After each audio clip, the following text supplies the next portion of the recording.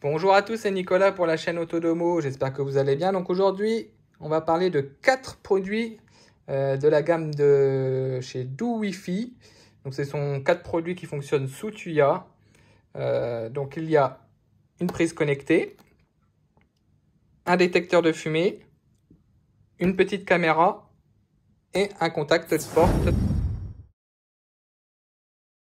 Donc on va commencer par le contact de porte. Donc la boîte se retrouve comme ça, donc on voit bien que ça fonctionne sous Tuya, donc c'est un contact de porte ou de fenêtre. Ici on a les explications pour l'installation, donc la marque de Wi-Fi, le QR code pour avoir la documentation sur le produit. Ici la même chose que de l'autre côté, et là ce que contient la boîte, donc le capteur. Une petite notice et la batterie. Donc alors, le packaging s'ouvre comme ceci. Donc à l'intérieur, toc, et il n'y a plus rien. Donc on retrouve donc la petite partie aimantée, le capteur et deux petits adhésifs 3M pour le coller au mur. Donc il est assez petit, pas très lourd. C'est la première fois que j'en vois un de cette forme-là. Donc on va essayer de l'ouvrir. Donc à l'intérieur, hop. Donc il y a la pile. Donc il faut enlever la protection. Donc c'est une pile CR2 de 3 volts. Donc, du coup on peut le refermer. Donc ça se glisse tout simplement. Top, comme ceci.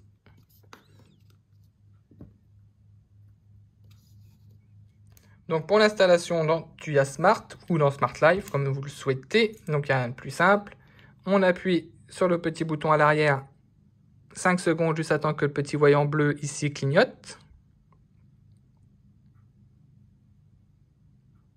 Voilà. Donc là, il se met à clignoter. On fait donc le plus dans les capteurs. Sécurité capteur. Capteur Wi-Fi.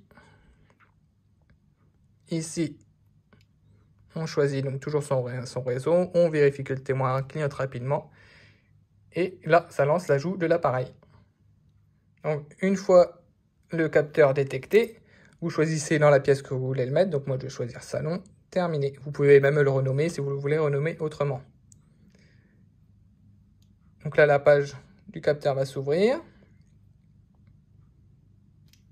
Voilà. Donc, on peut voir que là, il est ouvert. Si je le mets, si je le referme, toc, il se referme. Donc là, il m'envoie une notification comme quoi que le détecteur d'ouverture est fermé. Si je l'ouvre, il va me renvoyer une normalement comme quoi le détecteur d'ouverture est ouvert. Donc ici, donc on retrouve les informations de l'appareil. Donc on voit qu'il est compatible donc Alexa et Google Assistant. Même si un nom n'est qu'un nom, j'aime beaucoup le mien. Si vous voulez me demander quelque chose, je réponds toujours quand on dit mon nom, Alexa. Merci Alexa. Donc ensuite, on peut mettre notification hors ligne. On peut retrouver donc les scénarios dans lesquels il est intégré. On peut vérifier que le logiciel est à jour. Donc là, il est bien à jour. Hop. Ici, on retrouve l'historique. Donc l'historique des ouvertures et des fermetures. Donc les dates, à quelle heure, s'il a été ouvert ou fermé. Ici, donc on retrouve aussi pareil donc les scénarios dans lesquels il est intégré. Ici, la configuration. Donc là, si on veut que ça détecte la porte ouverte, si on veut que ça détecte la porte fermée, et si on veut que ça nous envoie une notification aussi lorsque la batterie est faible. Voilà, donc le niveau de pile. Si on veut le service SMS, si on veut le service alerte vocale. Donc voilà ce que l'on peut dire de ce détecteur au niveau de l'application. Au niveau des scénarios, donc ce qu'on peut faire, c'est comme un détecteur basique de toute façon. Donc lorsque le statut de l'appareil, donc le détecteur d'ouverture, donc on peut choisir soit par rapport au niveau de la pile du chargeur, le détecteur d'ouverture, Donc si elle est ouverte, si elle est fermée, si elle est ouverte pendant une certaine durée. Donc si, par exemple, une certaine durée, si elle reste ouverte pendant 2, 3, 5, 10, 7 secondes. Donc pareil pour la fermeture. Ou si elle est simplement fermée ou ouverte. Donc on peut exécuter le périphérique que l'on souhaite après derrière. Donc une ampoule, une prise, ce que l'on veut. Donc maintenant on va passer donc à la prise connectée. Donc la boîte elle est toute blanche, rien à dire dessus. Pareil donc le nom de la marque et le QR code pour la documentation. C'est tout ce qu'il y a sur celle-ci. Donc on va l'ouvrir. Donc à l'intérieur on retrouve la prise et dedans il n'y a rien d'autre. Non, c'était juste le support. Donc la prise se présente comme ceci. Donc c'est bien une prise française, donc avec la terre à type française. On retrouve ici donc du Wi-Fi, la marque. Toc, le bouton pour l'allumer ou l'éteindre à la main ou la mettre en mode appairage. Et ici les caractéristiques techniques. Donc on voit que c'est une toc. Donc 110-240 volts, 16 ampères et en Wi-Fi 2,4. Donc pour l'installation sous tuya, il faudra la brancher et rester appuyé 5 secondes sur le bouton on-off ici, juste à temps qu'il se mette à clignoter pour pouvoir l'installer donc sous tuya. Ici je l'ai branché donc, sur une prise, je l'ai mise en mode appairage, donc je fais comme d'habitude le petit plus. Et ici elle le trouve automatiquement. Donc c'est-à-dire qu'elle a un module Bluetooth qui permet de l'installer automatiquement, qu'elle détecte automatiquement sur l'application. Donc on fait aller sur ajouter. Le mot de passe du Wi-Fi en 2,4 comme d'habitude. Et là, elle va s'installer. Donc ici, donc elle est installée. Donc on fait suivant. Toujours pareil, on choisit dans quelle pièce on veut la mettre. Ici, si on veut la renommer autrement. Et on fait terminer. Donc la page de l'appareil va s'ouvrir automatiquement. Donc là, on se retrouve sur la page de la prise. Donc ici, le bouton pour l'allumer et l'éteindre normalement. Donc on le retrouve aussi ici. Le minuteur, si vous voulez régler des minuteurs. Cette prise a la fonction consommation.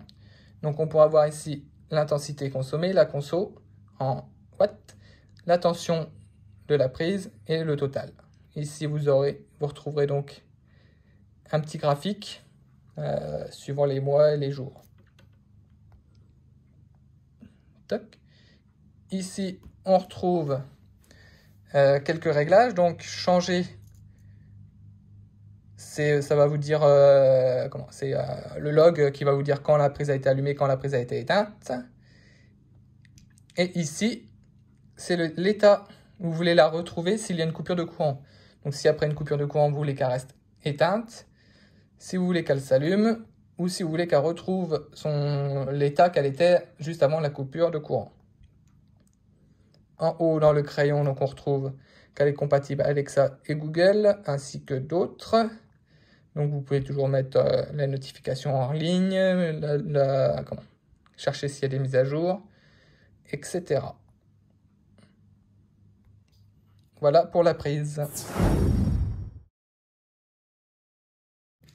Maintenant, nous allons donc passer au détecteur de fumée. Donc alors, le détecteur de fumée, le packaging se retrouve comme ça. Donc toujours pareil, une boîte blanche avec le nom de la marque, toujours le QR code pour les infos.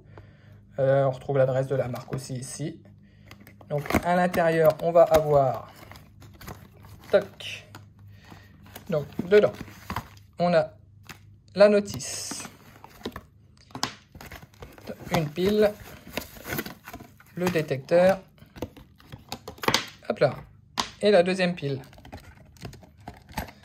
Et tout au fond, on a aussi toc, les vis et les chevilles de fixation si vous voulez la fixer par les vis ou les chevilles.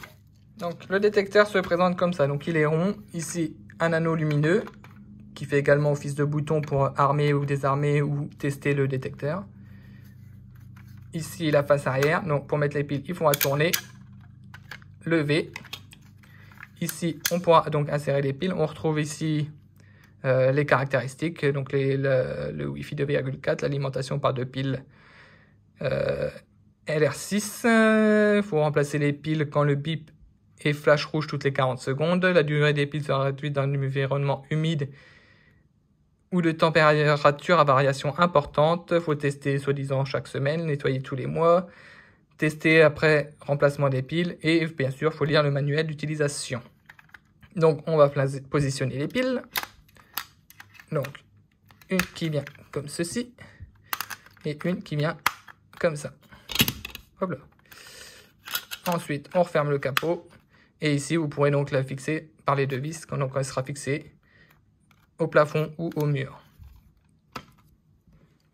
Donc, pour l'installer dans l'application, on fait toujours le petit plus. Donc, il faut appuyer 3 fois rapidement sur le bouton de test pour le mettre en mode appairage. Toc. Voilà, le mode clignote rouge. Donc, on va dans sécurité et capteur. On recherche donc le capteur de fumée, détecteur de fumée Wi-Fi. Donc, toujours pareil, le réseau 2,4. On vérifie que le témoin clignote rapidement. Et là, donc, il recherche. Donc, toujours pareil, une fois installé, on se retrouve ici. Donc, on peut le renommer. On choisit dans quelle pièce on veut l'installer. Et là, il va ouvrir donc la page du détecteur. Voilà comment il se retrouve. Donc, ici, on retrouve l'historique. Donc, forcément, il n'y a pas de données pour l'instant puisqu'il n'a pas servi.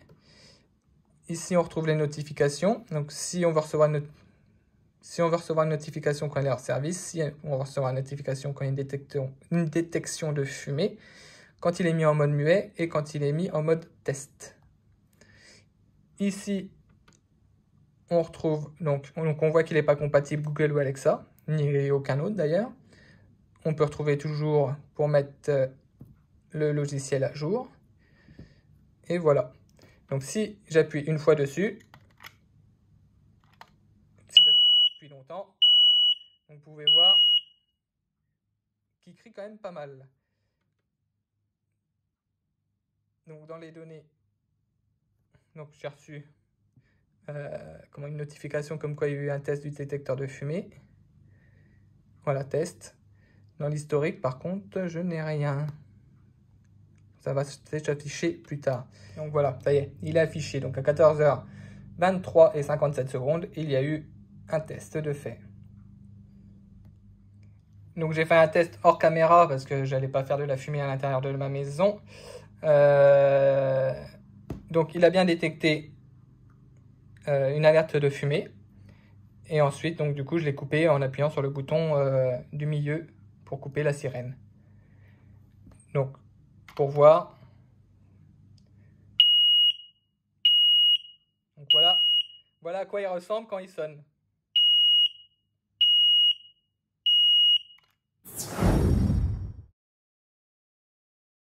Donc maintenant, on va passer au dernier produit. Donc c'est la caméra connectée. Donc toujours pareil, la boîte blanche, juste la marque ici et rien d'autre. À l'intérieur, ça se présente comme ceci. Donc on va sortir ça. Donc la caméra est ici. Donc emballée dans un petit sachet plastique. Derrière, on a l'adaptateur USB vers la prise murale. Et ici, le câble USB. La petite épingle pour la remise à zéro. Et un double face 3M. Si vous voulez coller la caméra sur un mur ou sur une table. Pour pas que la caméra se présente comme ceci. Donc dessus, il y a une petite protection qu'il faudra donc enlever. On retrouve donc à l'arrière la prise micro USB pour l'alimentation. Le bouton reset. Et on peut voir que donc elle est flexible pour prendre une position comme vous le souhaitez pour bien filmer l'endroit que vous le souhaitez filmer. Ici, un port pour carte micro SD pour enregistrer les événements qui se passent et qu'elle détecte. Donc pour l'installation, il suffit de brancher la prise micro USB ici, de brancher à l'adaptateur et ensuite de brancher ça au mur.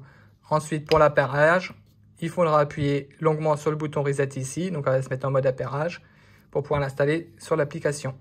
Donc pour l'installer sur l'application, donc il faudra donc appuyer sur le petit plus, aller chercher vidéosurveillance caméra de sécurité Wi-Fi. Donc, être sûr que l'indicateur clignote sur le devant de la caméra. On fera suivant. On choisit toujours le réseau Wi-Fi et le mot de passe en 2,4. Donc là, ça affiche un QR code qu'il faudra donc scanner avec la caméra. Une fois que vous aurez scanné le QR code, la caméra elle met un petit son. J'ai entendu le bip. Et là, ça ajoute donc la caméra sur l'application. Donc une fois ajouté, toujours pareil, on peut changer le nom de la caméra. On choisit dans quelle pièce on veut la mettre. On appuie sur terminer. Et là, ça va nous ouvrir donc la page de la caméra.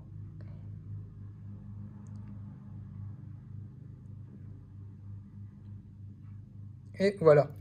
Donc ici, on peut choisir donc la qualité de restitution.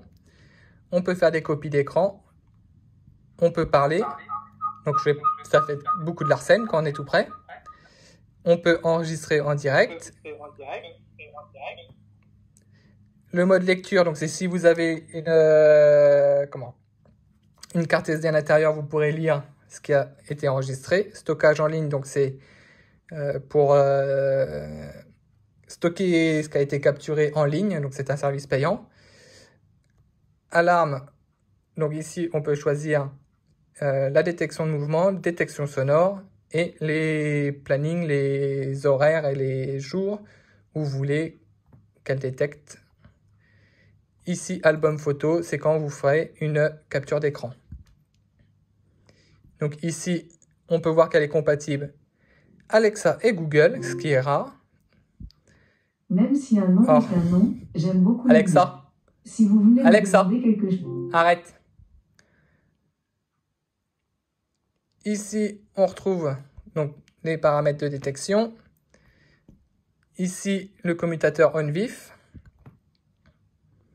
Donc, achat de service, donc c'est le cloud, c'est pour enregistrer les données, les caméras, enfin les détections donc en ligne.